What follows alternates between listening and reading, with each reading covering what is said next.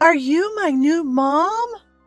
The first time I met Thomas, he was noticeably smaller and thinner than the average 3-year-old I'd seen during my child care training. His clothes were too small and dirty. He looked around restlessly, appearing scared and uneasy. It was clear that he wasn't being properly cared for. A poor kid, starved for love. Yes, Thomas, nice to meet you. Wanting to put him at ease, I greeted him with the brightest smile I could muster. Drawn by enthusiasm, Thomas tightly gripped my hand. His little hand broke my heart. I'm Mary, 37 years old. I've always loved kids and dreamed of becoming a preschool teacher. I also wanted to have at least 3 kids of my own and build a happy family. But I ruined those dreams myself.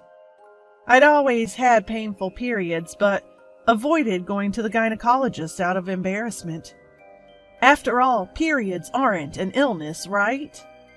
But one day the pain became unbearable. When I finally got checked, I found out that I had a uterine disorder that required immediate surgery. I lost my uterus, and with it any chance of having children of my own. I gave up on becoming a preschool teacher, too. It would be too painful to continue working with other people's kids. Then James, who was 3 years older than me, changed everything. I'd taken a job at a regular company where I met him. He was assigned to train me, although he didn't seem too focused on his work. He took personal calls and texts and would chat whenever he could. I used to find him annoying, but during one of those casual chats, I learned that James had just separated from his wife. It seemed his wife left abruptly, abandoning their young son, Thomas. I couldn't believe anyone could abandon their child like that. That conversation, which I usually would have ignored, suddenly felt important. James noticed my serious listening and began talking more freely. In hindsight, I might have been a potential future wife in his eyes. Wow, so who takes care of Thomas during the day? Right now, my mom's helping out, coming from her place to take care of my kid, James said. She keeps nagging me to find a wife, especially for my child's sake. From what I gathered, James's mom had made an urgent trip from Minneapolis to help out. James was the second son of a farming family in Minneapolis, and the farm had already been handed down to the first son. Originally, the plan was to have James's mom take little Thomas back to the farm. But the wife of the first son was vehemently opposed, saying, "I've got my own kids to look after. I'm not taking care of the second son's child." So, with no other option, James's mom was taking care of Thomas in James's apartment. Even James's in-laws refused to take the child, and nobody would tell him where his wife was. I felt a strange jealousy towards James's wife, whom I had never met. She gave birth to a child I couldn't have and then just abandoned him. That was unforgivable. If she didn't want him, I would take care of him. How about I become your wife? I was actually going to college to become a child care worker, I suggested. Really? Are you sure? And so we got married, but it wasn't exactly because I was in love with James. However, the first time I met Thomas, he was undeniably adorable, but he also seemed anxious and nervous. I soon found out why. Patricia, James's mom, and now my mother-in-law, said to me upon first meeting, "Well, Thomas has a lot of likes and dislikes, just like his birth mom. He's not cute at all and doesn't even resemble James. He might not even be his son." "Patricia, Thomas can hear you." "It's fine. He's young and won't remember. I'm going home now. See you all later."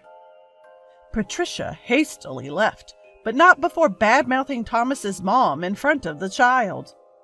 Thomas is 3 years old. He understands what adults say. "I don't like that, Grandma," Thomas whispered. "I'll protect you from now on. I'll protect this child, treating them as if they were my own," I vowed in my heart. After getting married, I started to understand why James's ex-wife left. Parental burnout wasn't the whole story. Patricia may be difficult, but the real problem is James's emotional abuse.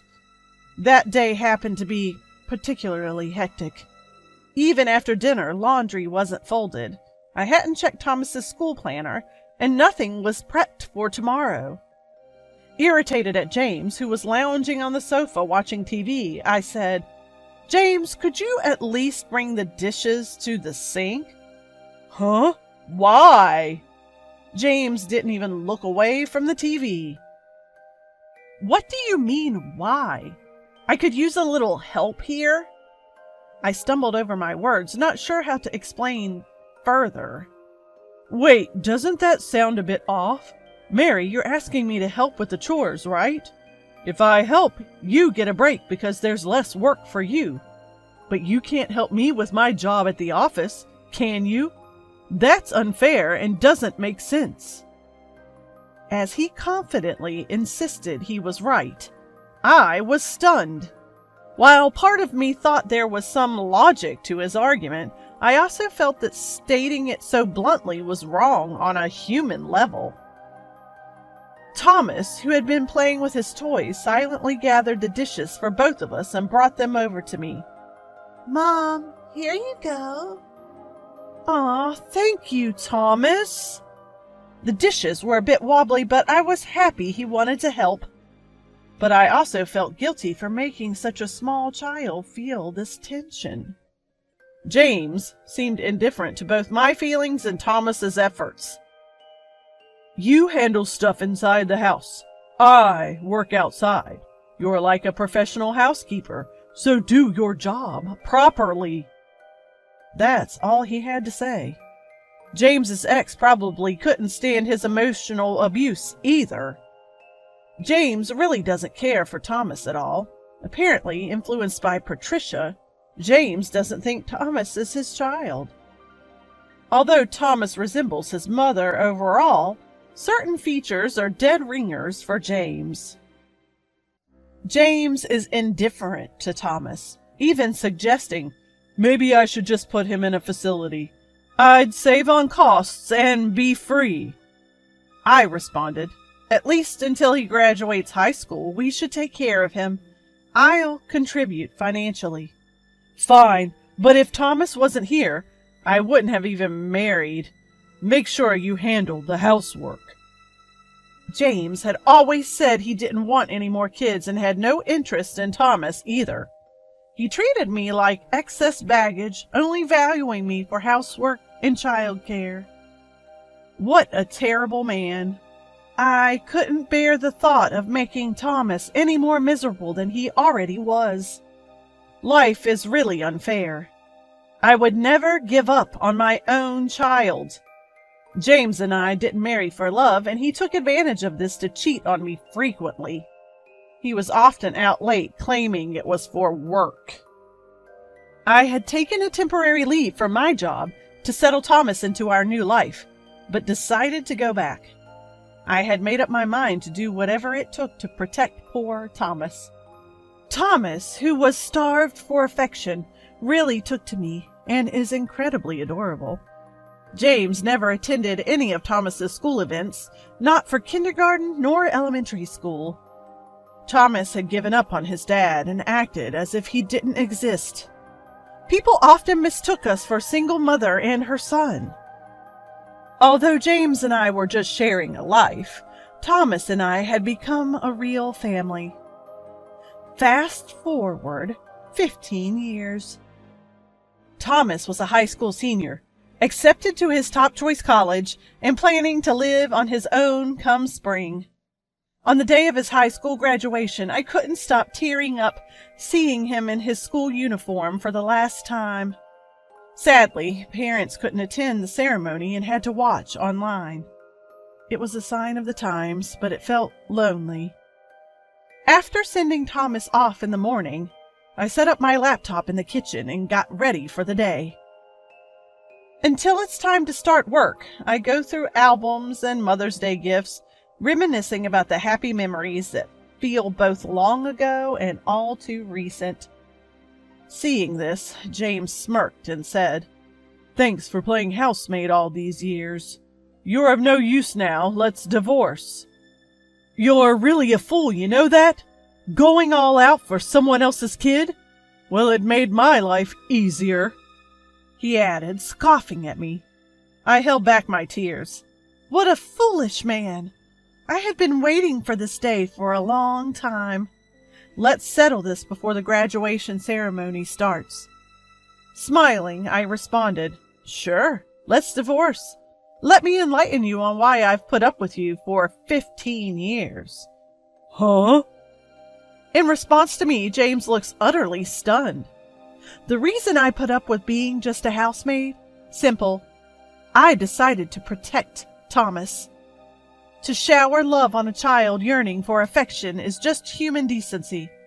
I can't fathom how you could be so cold to your own child. Can't you show some love? And let's not forget, Thomas isn't a stranger. James seems to forget that Thomas was already legally adopted by me when we got married. Our relationship remains intact after divorce unless that adoption is nullified. Also, make sure to handle the division of assets properly. I've been contributing to living expenses and paying most of Thomas's tuition from my own earnings. I've kept meticulous financial records, so I'd like you to consider that. I hardly have any savings. It will essentially be splitting your money. In truth, I've been using any leftover living expenses James gave me to save for Thomas. I've been giving Thomas little amounts of money here and there. You earned this by helping with the dishes, or this is your allowance for the month, I'd say. I meticulously jot these down in a household ledger. The savings in Thomas's name are considered his separate property, so they're off the table in a division of assets. That's how I've been securing Thomas's financial future. His educational insurance is also reaching maturity soon. The insurance premiums are in both of our names, so it's part of the property to be divided. However, I've been shouldering all the complicated procedures, so I set the amount pretty high. Bit by bit, I've been increasing the money that James can't easily access. Furthermore, Thomas is 18 and legally an adult now. Being an adult means he can enter into contracts on his own and doesn't have to obey parental authority. So Thomas can become legally independent from James. Even though I've adopted Thomas, if I get divorced, I won't be able to protect him like I used to. That's why I've been wanting to avoid divorce, at least until Thomas graduates from high school and leaves home. Truth be told, James has been suggesting divorce for several years now. Apparently, I have outlived my usefulness now that Thomas is older and needs less attention. Especially with his new affair with a woman in her early 20s from a club. He's been shamelessly pressing for divorce. "She wants to marry me," he says. I had been pleading, "Please, just wait until Thomas graduates." So it was no surprise when James hinted at divorce on graduation day. "Your fling from the club, Nancy, is it? I wonder if she's received the court's special delivery by now." The special delivery is a legal document from the court containing my claim for compensation in the divorce lawsuit against his mistress. "How do you know her name?" "I know about almost all of your affairs, James. You weren't exactly discreet." Cracking the code on his mobile phone was easy since it was his birthday, and I even hired a detective, so gathering evidence was a breeze. So you're telling me you're filing for compensation in the divorce, even though you don't love me? This was supposed to be a mutual divorce. It's you who wants to marry your mistress. I'd say it's a unilateral decision on your part. I'll file for compensation in the divorce case. Objectively speaking, it's clear who's in the wrong, isn't it? Even though James treats me like a housemaid and claims there's no love, we're still legally a couple. I could easily sue his mistress for damages in the divorce case, and James is actually about to be served papers himself. When you're dealing with a man who morally harasses you, you never know what self-serving things he might say if you don't involve a neutral third party, like a court or a lawyer. You might have expected me to bring up divorce, but I've also been preparing, I say. I'm moving to a new apartment tomorrow. From now on, let's communicate through our lawyers. Oh, and don't forget, the most important thing is that I'm off to see a graduation ceremony, so don't you dare disturb me. James slumps to his knees when I emphasize my point. Did he really think I would leave him without getting anything in return? Just doing as he says? What a fool. He'll regret underestimating me. Later, after the graduation ceremony, Thomas hands me a bouquet of flowers. He had stopped by a florist on the way home. Thanks for everything so far, Mom. I'm looking forward to more good times, Thomas says, offering me his hand with a shy smile. I grasp Thomas's hand, which I hadn't held in a long time. His hand, once so small, was now larger than mine.